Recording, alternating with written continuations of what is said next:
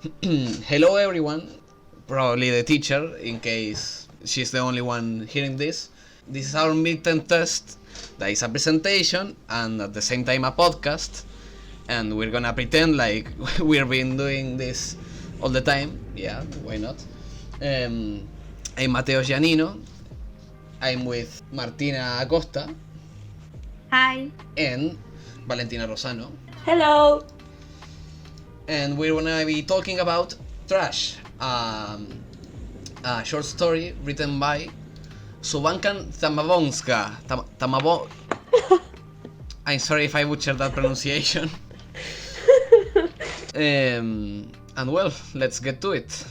We think that this title is an emblematic one because the title makes a reference to the topic of the story that we are going to discuss later. I was struggling with the pronunciation of her name because I don't know where it comes from. Anybody knows something about the author? Because it sounds like she's not from a English speaker country, but she writes a story in English. Actually, she's Asian. She's an Asian poet and short story writer. She is sorry because she's alive. She's alive. We suppose that she's alive. She's still alive. Let's hope. As I was saying, she's a student of the University of Toronto, Faculty of Arts and Science, and she has won a lot of awards and prizes because of many of her books. One of the main famous ones is How to Pronounce Knife. So the text starts introducing our protagonist, an unnamed protagonist, and we get to know her as her. She is a woman that recently got married with a man in a rather hasty manner. She only knew him for 6 days while she was working as a cashier. In fact, that's also a very important aspect of her life, her job.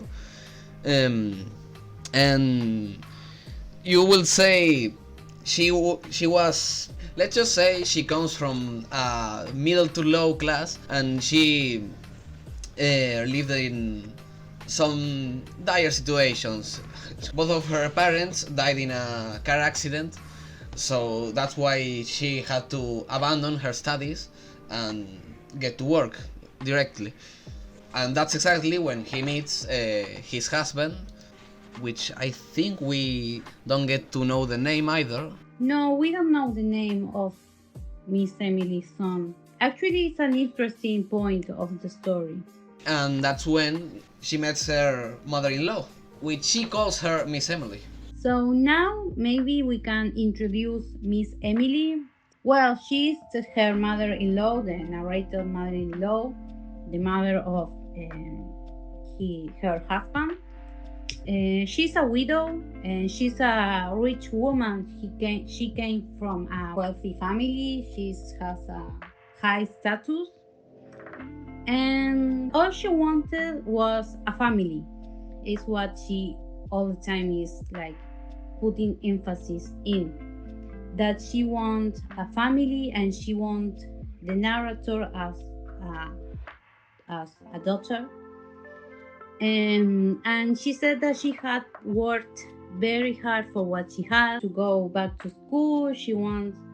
At first she wants the best for her. She wants her to get a diploma, go to college and look something better. And she's all the time she wants to give her the best she can, and so on. And the narrator is not sure about this. In her words, she lives quite happy while being a cashier. Exactly, she's comfortable. But all of this is something we will discuss when we talk about the message of the... Yes. So the other character that we see in this story is the Miss Emily son, that we never know his name. The author presents him as the Miss Emily son. This we can see that the key point, all the attention goes to Miss Emily and not her son, that is the one who married the author. In fact, all we know about this man is that he had manners, he's well educated, is friendly, polite, and she didn't need anything more. Near the middle of the text, Miss Emily begins to tell some anecdotes about her son to the narrator, and about when he was little. Her son brought almost dead animals and all kind of stuff one can find in the street for her to fix up. This will be brought up later. So there's a point in the story that a weekend where they decided to go shopping. So Miss Emily take the narrator to a shopping mall, and she starts buying things that the narrator would never buy that kind of thing for herself, because she would never have that money to spend. The narrator also mentioned that the sales girl was real attentive and friendly with Miss Emily, and she that take her attention because whenever she goes to this kind of shop, the sales girls always ignore her, and like they know that she couldn't afford to buy this sort of things, and that's the first time that she notes that Miss Emily and she are different, so different. Suddenly something changed. Miss Emily has something happened with her. Her voice changed in a way that it changed from sweet to cold.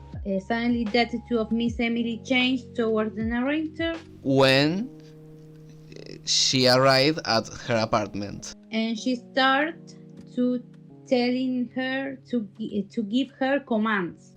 all of this is because Miss Emily saw the apartment of the protagonist in a, let's say, in a poor state, in a unorganized manner.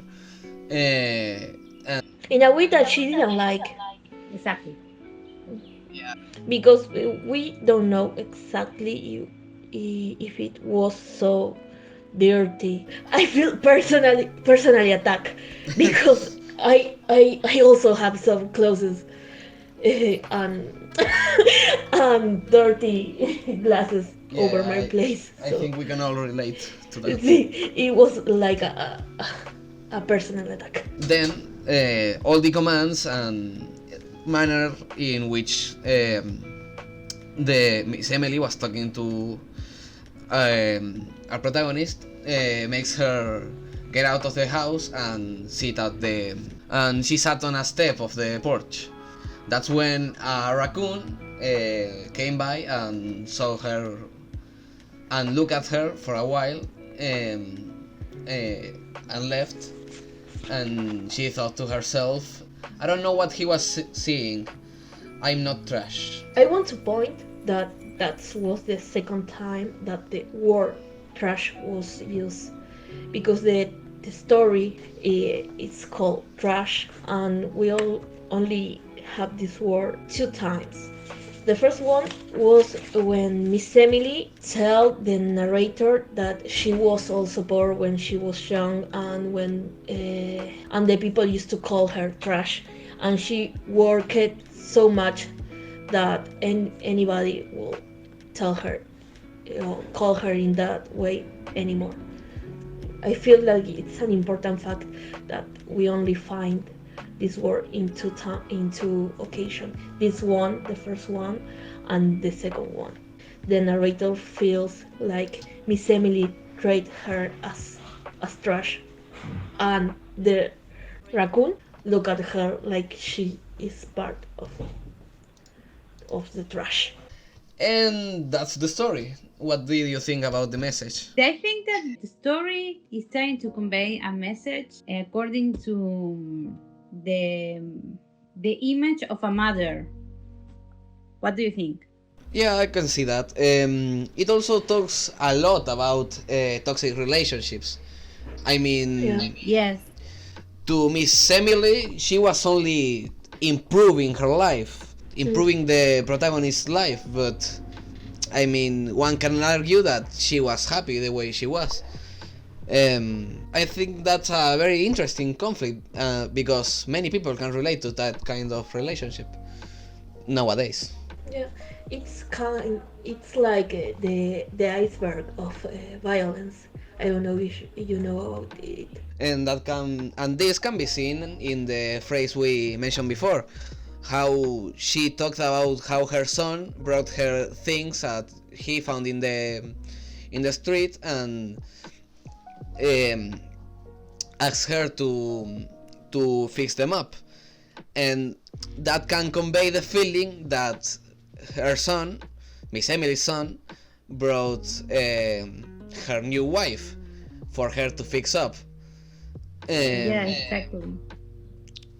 It's so like that's like a see, microaggression in a way. it's like a passive aggressive insult.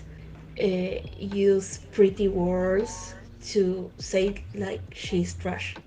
She's like the things that her son used to bring her. Yeah, she purposely avoided that word.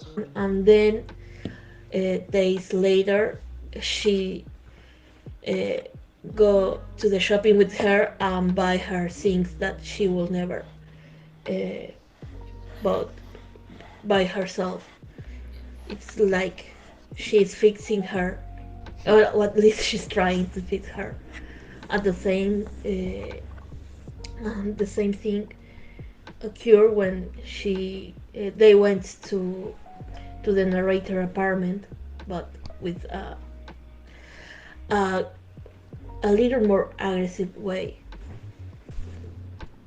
And that's why what we think is the message of the text. What did you think about it? Did you like it?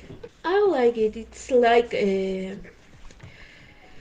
tries to show this kind of relationships and how it works, because we, as you said before, we can relate with it not only with our mother-in-law but also with our mother's father, or even with a older relative. For example, I feel like I kinda feel the relationship that I had with my my English teacher, my first English teacher. She was always pointing that I have had to work more in myself, that I should do, uh, I don't know, study something, or I should wear something, and that I should act in a certain way that she approves.